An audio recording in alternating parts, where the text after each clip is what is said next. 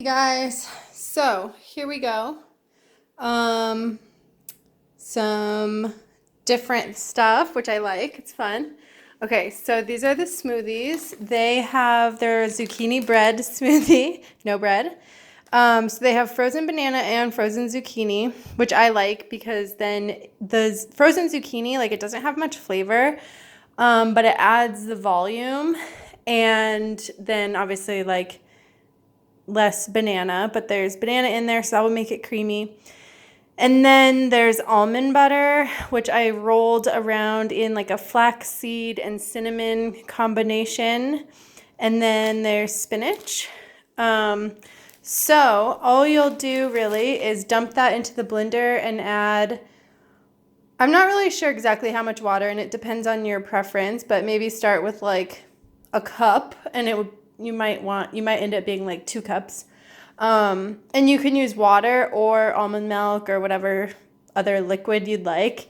Yeah,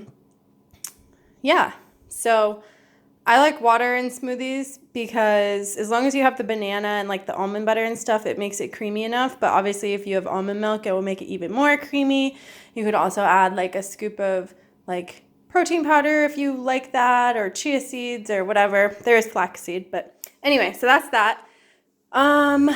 Okay, so tempeh apparently is extremely hard to find. I went to 3 stores, no tempeh.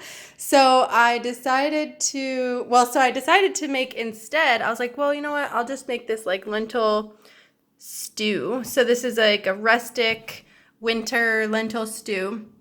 And then I had lentils left over, and I was like, oh, duh, I can make lentil sloppy joes, and I had already bought the buns. So this is a lentil version of sloppy joes that I threw together.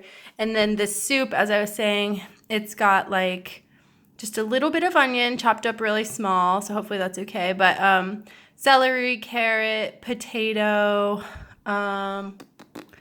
cabbage, kale, lentils, veggie broth, garlic, all that good. Oh, tomatoes, fresh tomatoes from the garden. So, and it's got like fresh thyme, and there are 2 bay leaves in there too, and I didn't pull them. So if you find one, then that's that. Okay, the pink quinoa salad, got the pepitas, got the quinoa, so it's back to normal. Roasted veggies. I ended up using more carrot than I anticipated, so I only have a little bit of carrot left for the roasted veggies, but lots of sweet potato and asparagus. And then this was kind of an extra thing. I was like, well, I don't know what to make. I want to make sure that I give you guys enough food. So this is like a cheesy butternut squash, stuffed butternut squash. And so it's really simple. Basically, I just scooped out some of the squash and then mixed it up with some farro, which is a gluten-free grain that's really yummy and chewy, and then made like a cashew sauce, and mashed it up all together, added in some spinach, and then put it back in the oven for a little bit. So yeah, it's just like a stuffed cheesy butternut squash. And then these, oh, pretty excited about. So these are, like I said, like on the go miso noodle soup. And so in the bottom, there's a little mixture of miso paste, a little bit of sriracha, not much, and coconut aminos.